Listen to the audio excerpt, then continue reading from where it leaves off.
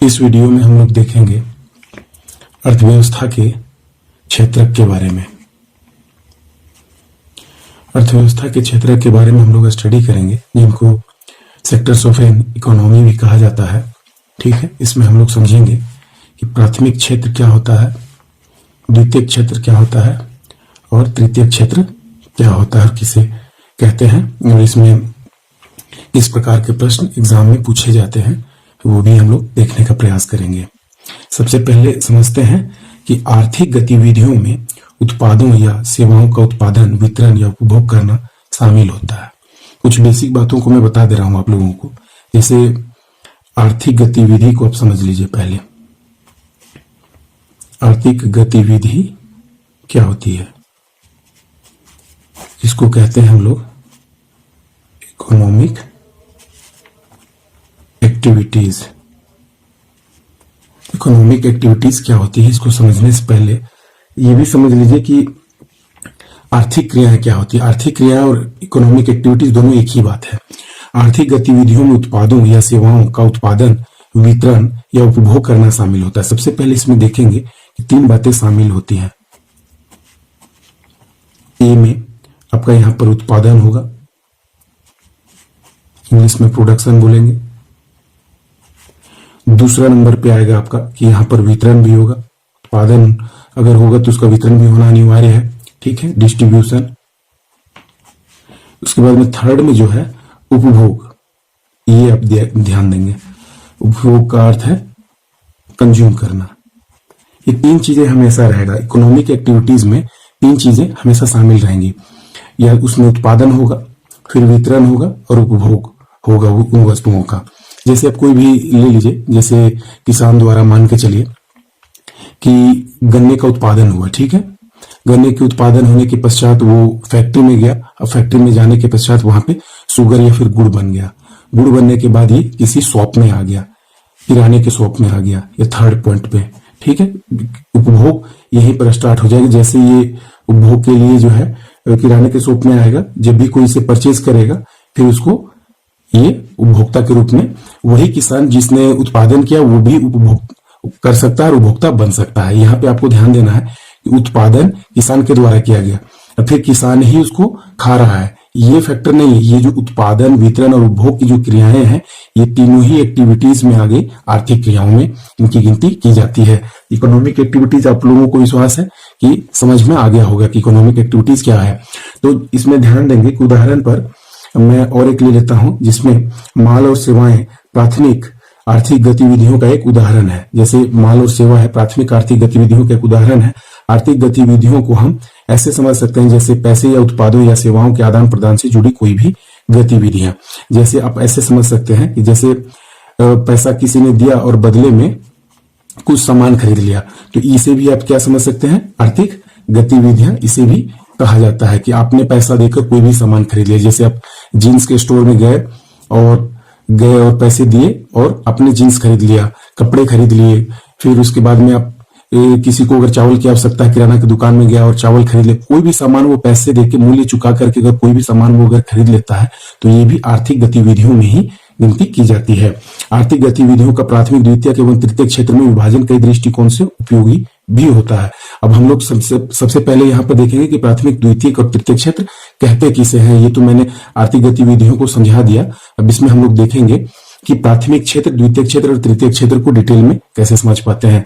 देखिए, जैसा कि हम सभी जानते हैं कि प्रत्येक अर्थव्यवस्था अपनी आर्थिक गतिविधियों के माध्यम से आय अर्जित कर अपना विकास के साथ साथ संपूर्ण क्षेत्र का विकास करती है। बिल्कुल आसान शब्दों में लिखा हुआ है, ताकि आर्थिक गतिविधियां लाभकारी से और अधिक लाभकारी हो सके। चाहे आर्थिक संगठन की व्यवस्था कुछ भी हो, अर्थव्यवस्था को, आर्थिक गतिविधियों को निम्न तीन श्रेणियों में बांटा जा सकता है। इन्हें अर्थव्यवस्था का क्षेत्रक अर्थात सेक्टर्स भी कहा जाता है। अब यहाँ पर हम लोग जानेंगे कि प्राथमिक क्षेत्र क्या होता है, द्वितीयक क्षेत्र क्या होता है और तृतीयक क्षेत्र क्या होता है। क्षेत्र अथवा क्षेत्रक एक ही बात है, उसमें कोई डिफरेंस नहीं है। ठीक है, तो ये हम लोग यहाँ पर देखेंगे। अब चलिए चलते हैं नेक्स्ट, प्राथमिक क्षेत्रक। ठीक है, इसको हम लोग अंग्रेजी में कहेंगे प्राइमरी सेक्टर। अर्थव्यवस्था का वह क्षेत्र अथवा सेक्टर जहां प्राकृतिक संसाधनों को कच्चे तौर पर प्राप्त किया जाता है। प्राथमिक क्षेत्र प्राइमरी सेक्टर में आता है। तो यहां पर आप ध्यान से देखेंगे कि प्राइमरी सेक्टर में वो आता है जहां प्राकृतिक संसाधनों को कच्चे तौर पर प्राप्त किया जाता है, जैसे कृषि के जितने भी उत्पाद होते हैं, ठीक है, कृषि की जितनी भी उपज होती है सभी प्राथमिक क्षेत्र में आते हैं, प्राइमरी सेक्टर्स के अंतर्गत आते हैं। इसमें देखिए क्या क्या चीजें आ सकती है, उसको आपको ध्यान देना है। उत्खनन का कार्य, जैसे कोई भी चीज खोद के निकाला जाता हो, उत्खनन का कार्य, वो आपका प्राथमिक क्षेत्र है। जैसे कोयले का अगर खनन हो रहा हो तो वो प्राथमिक क्षेत्र के अंतर्गत ही आएगा, प्राइमरी सेक्टर के अंतर्गत आएगा। दूसरा कृषि कार्य, किसी भी प्रकार का एग्रीकल्चर से रिलेटेड अगर कोई भी एक्टिविटीज अगर होता है, ठीक है, तो वो प्राथमिक क्षेत्र के अंतर्गत आता है। उसके बाद में पशुपालन है, अगर किसी भी प्रकार से कोई अगर पशु पालता है तो वो भी प्राथमिक क्षेत्र के अंतर्गत ही आता है। मछली पालने का कार्य इत्यादि प्राथमिक क्षेत्र का। आपको ध्यान देना है जहां प्राकृतिक संसाधनों का, प्राकृतिक संसाधन किसे कहते हैं, जिसे हम अपने विकास हेतु क्या करते हैं, प्रकृति से पाते हैं, ठीक है, अपने विकास के लिए, अपना जैसे मानव अपने विकास के लिए जैसे लकड़ी या फिर पौधों को उगाता है, तो ये जितने भी होते हैं सभी प्राकृतिक संसाधन, जैसे आपका कोयले का खनन है, ठीक है, किसी भी प्रकार का आपका कोई भी खनिज का आप खनन करते हैं तो वो सभी आ जाते हैं। फिर पशुपालन में आप जैसे बकरी पालन करते हैं या गाय का पालन करते हैं, मछली पालन करते हैं, ठीक है, तो ये सभी प्राथमिक क्षेत्र के अंतर्गत आते हैं। अब चलते हैं आगे, चलते हैं जिसमें देखते हैं कि इसी क्षेत्र को कृषि एवं संबद्ध गतिविधियां, जैसे अगर बदल के अगर नाम अगर कहा जाए तो इसी क्षेत्र को एक और नाम दिया जाता है जिसे हम लोग कहते हैं एग्रीकल्चर एंड अलाइड एक्टिविटीज या एग्रीकल्चर एंड अलाइड सेक्टर भी कहा जाता है। एग्रीकल्चर एंड अलाइड सेक्टर जो है इसी का नाम है। प्राथमिक व्यवसाय के बारे में जान लीजिए कि अब प्राथमिक क्षेत्र जब बात हो रही है तो इसमें प्राथमिक व्यवसाय के बारे में भी जान लेना चाहिए। प्राथमिक व्यवसाय में आ जाएगा जैसे शिकार करना, कृषि कार्य करना, लकड़ी काटना, मतलब जो यहाँ पर जो कार्य है उसी कार्य को करने लगना, बिजनेस करना, उसी को कहा जाता है प्राथमिक व्यवसाय। जैसे उत्खनन का कार्य करना, तो उत्खनन का कार्य करना भी प्राथमिक व्यवसाय ही कहलाएगा। कृषि का कार्य करने लगना भी प्राथमिक व्यवसाय है। कोई पशुपालन का कार्य अगर कर रहा है तो वो भी प्राथमिक व्यवसाय कहलाएगा। तो प्राथमिक क्षेत्र तो ये हुए, और प्राथमिक व्यवसाय में उसी को करने वाले लोगों को हम लोग प्राथमिक व्यवसाय या बिजनेस कहेंगे। अब खनन का कार्य में जैसे पशुचारण हो गया, कोयले का उत्पादन हो गया या कोयले का खोदना हो गया, है ना। उसके बाद में अब आगे देखते हैं कि प्राथमिक क्षेत्र का सकल घरेलू उत्पाद, ग्रोस डोमेस्टिक प्रोडक्ट, जीडीपी में 19.83 से लेके 20% तक का योगदान होता है।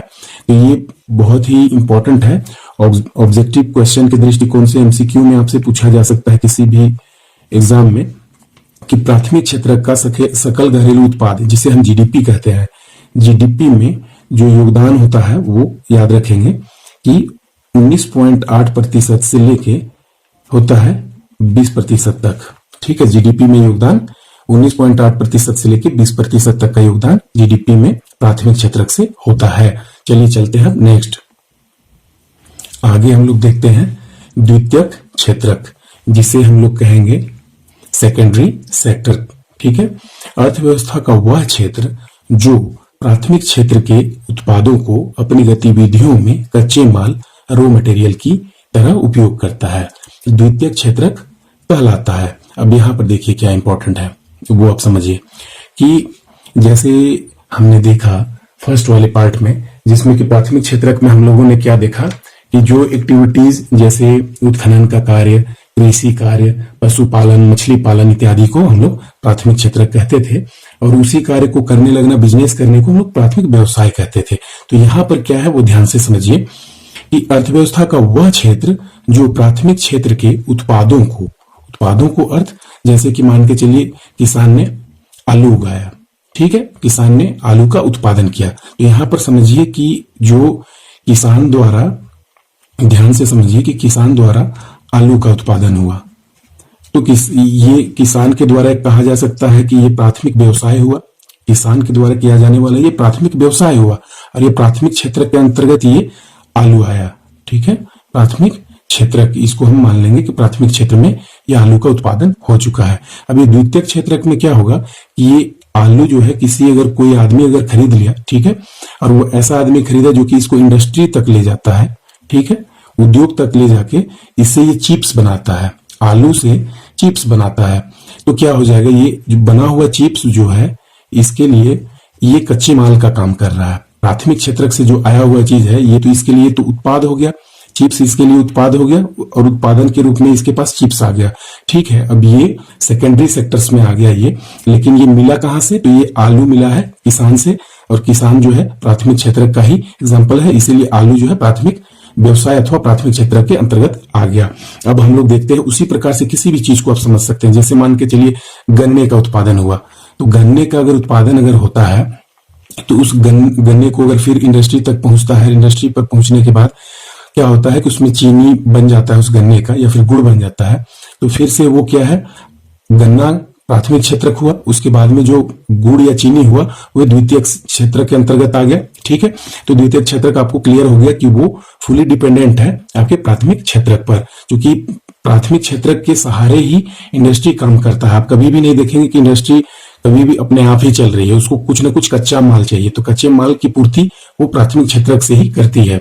तो अर्थव्यवस्था का वह क्षेत्र जो प्राथमिक क्षेत्र के उत्पादों को अपनी गतिविधियों में कच्चे माल की तरह उपयोग करता है, अर्थात ये आप समझ सकते हैं कि ये इंडस्ट्रियल, इसीलिए इसका एक नाम होता है। ठीक है, सेकेंडरी सेक्टर को हम एक नाम भी देते हैं। ठीक है, उसमें हम लोग कहते हैं कि मैन्युफैक्चरिंग सेक्टर भी इसको कहते हैं, या फिर इंडस्ट्रियल सेक्टर भी इसको कह सकते हैं। इसका नाम कुल मिला के कह सकते हैं कि एग्रीकल्चर एंड अलाइड एक्टिविटीज के अलावा इसको मैन्युफैक्चरिंग सेक्टर अथवा इंडस्ट्रियल सेक्टर भी कहा जाता है सेकेंडरी सेक्टर को। इसमें आपको कोई भी तरीके का दिक्कत नहीं होनी चाहिए। अब चलते हैं, जैसे देखिए एग्जांपल के लिए लौह इस्पात उद्योग। तो जैसे लौह इस्पात उद्योग को आप अगर देखते हैं तो क्या लौह इस्पात उद्योग में लोहा का उत्पादन अपने आप ही होने लगता है? आप देखते हैं कि वहां पे, जैसे मैं यहाँ पे बताना चाहूंगा, यहाँ पर आप ध्यान से देखिए कि जैसे हेमेटाइट, आपने नाम सुना होगा हेमेटाइट का। ठीक है, हेमेटाइट अयस्क है। ठीक है, ओर्स जिसे हम इंग्लिश में कहते हैं, तो ये अयस्क है। ये सबसे पहले जो है खनन होता है अयस्क का, हेमेटाइट का खनन हुआ। ठीक है, एक मिट्टी के रूप में, एक समझिए कि प्राकृतिक ये एक संसाधन है, प्राथमिक क्षेत्र का ये उदाहरण होगा हेमेटाइट, चूंकि ये प्रकृति में मिलता है। ठीक है, तो प्राकृतिक रूप से जो मिलता है वो आपका प्राथमिक क्षेत्रक में आ गया। तो हेमेटाइट आपको मिल गया, इसका खनन आपने किया, उसके बाद में ये हेमेटाइट जब फैक्ट्री तक पहुंच जाता है, उसके बाद में इसका जो भी प्रोसेस होता है, ठीक है, और पूरा का पूरा प्रोसेस होने के बाद में मशीन के थ्रू आपका क्या हुआ, ये लोहे में बदल गया। तो लोहे में जो बदला, इसका कच्चा माल तो हेमेटाइट ही था, ऐसा तो नहीं कि लोहा अपने आप ही बन गया, लोहा बना हेमेटाइट से। तो हेमेटाइट आपका कहां से आया? वो प्राथमिक क्षेत्रक से आया। तो आपको यहाँ पर ध्यान देना है कि लौह इस्पात उद्योग, वस्त्र उद्योग, देखिए वस्त्र उद्योग में वस्त्र कैसे बन रहा है? कपास के थ्रू, कपास का उत्पादन फिर किसान कर रहा है। इस्पात उद्योग में हेमेटाइट। वाहन उद्योग में अब फिर से वही बात हो गया कि वाहन उद्योग में जितने भी, चाहे वो लोहे का यूज होगा या एल्यूमिनियम का यूज होगा, तो लोहे का यूज होगा तो हेमेटाइट, और अगर एल्यूमिनियम का अगर यूज हो रहा है तो बॉक्साइट। तो आप ध्यान दे रहे हैं कि एल्यूमिनियम के लिए यहाँ पे क्या आपने लिया, एल्यूमिनियम के लिए बॉक्साइट लिया। ठीक है, उसके बाद हेमेटाइट लिया। कोई भी जो है वो कहीं ना कहीं से आप उसका ओर्स अथवा अयस्क आप प्राप्त कर रहे हैं प्रकृति से। तो यहाँ पर देखिए फिर बिस्कुट कैसे बना? बिस्कुट के लिए आप चलिए समझिए कि बिस्कुट आपका कैसे बन रहा है। आपका किसी न किसी प्रकार से, या तो इसमें गेहूं यूज हो रहा है, अथवा मैदा यूज हो रहा है, या अन्य कोई भी चीज यूज हो रहा है, तो ये कहीं न कहीं से ये किसान का उत्पाद है। ठीक है, और कहीं ना कहीं से ये प्राथमिक क्षेत्रक से ही आया। केक भी उसी प्रकार से है कि केक आप बना रहे हैं, तो जो भी प्रोडक्ट आप बनाए हैं, केक ये बना जरूर है दिखने में है, लेकिन ये भी किसान का उत्पाद है। पनीर आपका दूध से बना, पशुपालन के थ्रू ये आया है। ठीक है, पनीर आपको डायरेक्ट, आपको पनीर कहीं से नहीं आया, पनीर आया है दूध से। दूध गाय दूध देती है, तो यहाँ पे आप समझ रहे हैं कि गाय का जो भरण पोषण और पालन पोषण करते हैं वो किसान होते हैं। ये भी प्राथमिक क्षेत्रक हो गया। उसी प्रकार से चीनी उद्योग गन्ने से हुआ, मिश्री ये भी गन्ने से हुआ, इत्यादि। तो आपको क्लियर हो गया होगा कि द्वितीय क्षेत्रक कुल मिला के यही है कि जो फुल्ली डिपेंडेंट है प्राथमिक क्षेत्रक से। वास्तव में इस क्षेत्रक में विनिर्माण अर्थात मैन्युफैक्चरिंग का कार्य किया जाता है। इसको आप दूसरे शब्दों में समझिए कि वास्तव में इस क्षेत्रक में क्या होता है, विनिर्माण का कार्य होता है, जिसे हम मैन्युफैक्चरिंग कहते हैं। इसमें कार्य होता है, यही कारण है कि इसे औद्योगिक क्षेत्रक भी कहा जाता है। अब आगे देखेंगे, आप वैसे सभी वस्तुओं को द्वितीय क्षेत्रक में एवं रख सकते हैं जिसका संबंध विनिर्माण से हो, अर्थात कोई भी नया चीज बनता हो तो उसको आप कह सकते हैं कि वह द्वितीय क्षेत्र का ही उदाहरण है। कोई भी नया चीज बनता हो, जैसे आप देखते हैं कि कहीं पर टेबल कुर्सी बन के आ गया, कूलर बन के आ गया, टीवी बन के आ गया, जो भी उद्योग से बन के आ गए, बल्ब बन के आ गए, ठीक है, कोई भी सामान बना, वो सब समझिए कि सेकेंडरी सेक्टर अथवा द्वितीयक क्षेत्र का उदाहरण है, जिसे हम इंडस्ट्रियल या फिर मैन्युफैक्चरिंग सेक्टर भी कहते हैं। अब देखते हैं आगे। आप वैसे सभी वस्तुओं को द्वितीयक क्षेत्रक में रख सकते हैं जिसका संबंध विनिर्माण से होता है। क्लियर हो गया। अब आगे हम लोग देखते हैं कि मिट्टी अगर प्राथमिक क्षेत्रक है तो इससे बनने वाला ईंट द्वितीयक क्षेत्रक का उदाहरण है, याद रखेंगे। तीसरा बहुत ही महत्वपूर्ण सेक्टर है अर्थव्यवस्था में, उसे हम लोग कहते हैं सेवा क्षेत्र अथवा तृतीयक क्षेत्र। तो पहला आपको ध्यान देना है, बहुत इजीली मैं रिवाइज करा दे रहा हूं आप लोगों को। पहला हम कहेंगे प्राथमिक क्षेत्र, जिसे हम नाम के अनुसार ही उसको हम कहेंगे एग्रीकल्चर एंड अलाइड सेक्टर्स। दूसरा हम लोग ध्यान रखेंगे कि द्वितीयक क्षेत्र को हम लोग कहेंगे कि मैन्युफैक्चरिंग और इंडस्ट्रियल सेक्टर, क्योंकि आप समझ चुके हैं।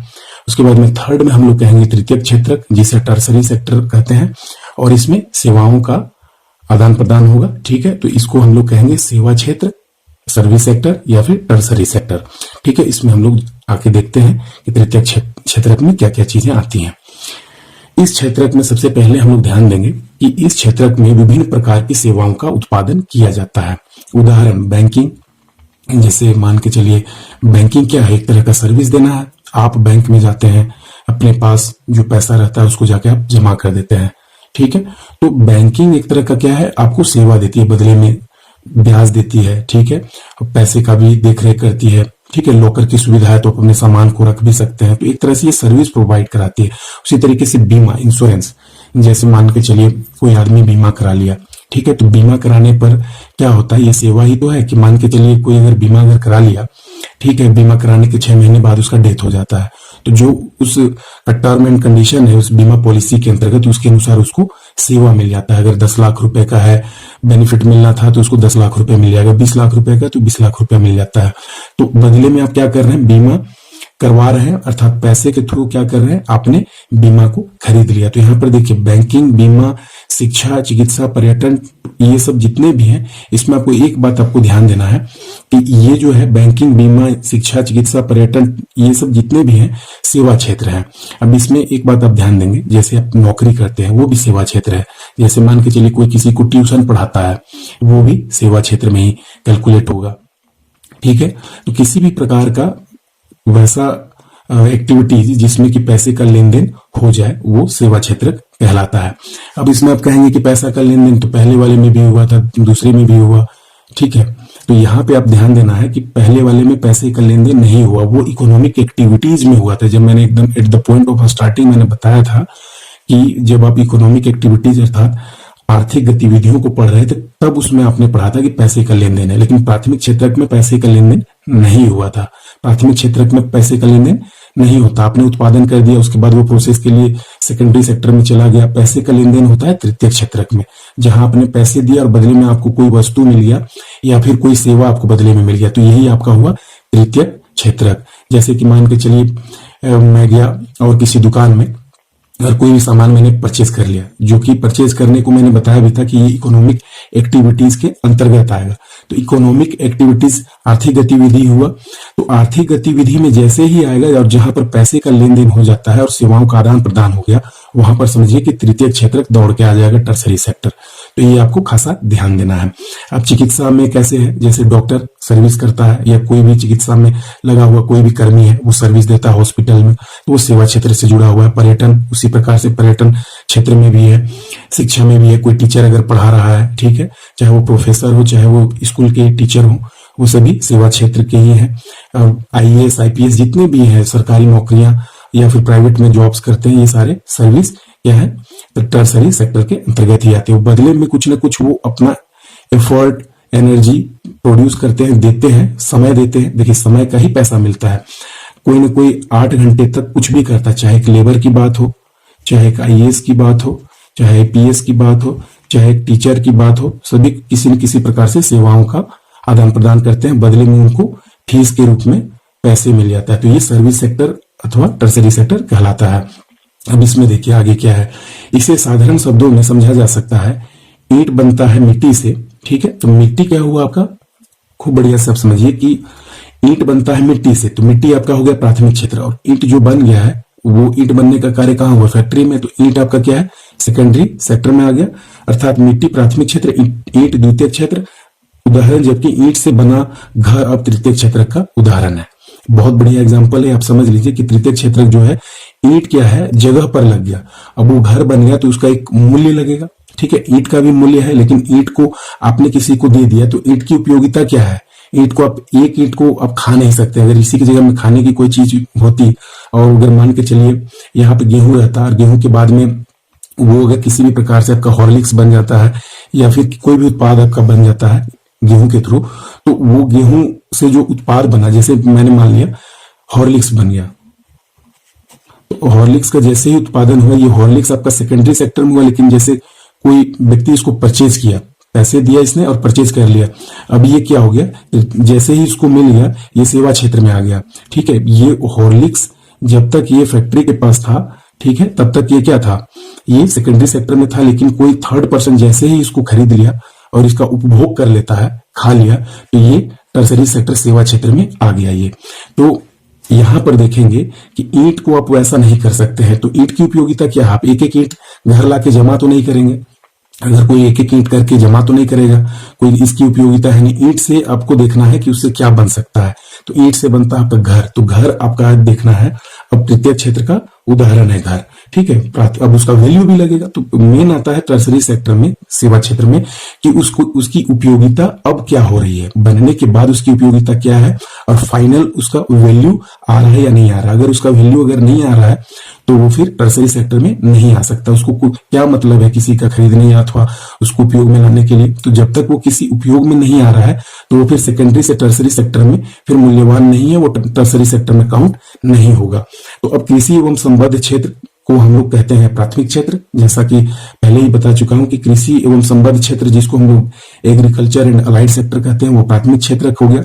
मैन्युफैक्चरिंग और इंडस्ट्रियल सेक्टर, जिसको हम लोग विनिर्माण या औद्योगिक क्षेत्र कहते हैं, सेकेंडरी सेक्टर को, और टर्सरी सेक्टर को हम लोग कहते हैं तृतीयक अथवा सेवा क्षेत्र कहते हैं।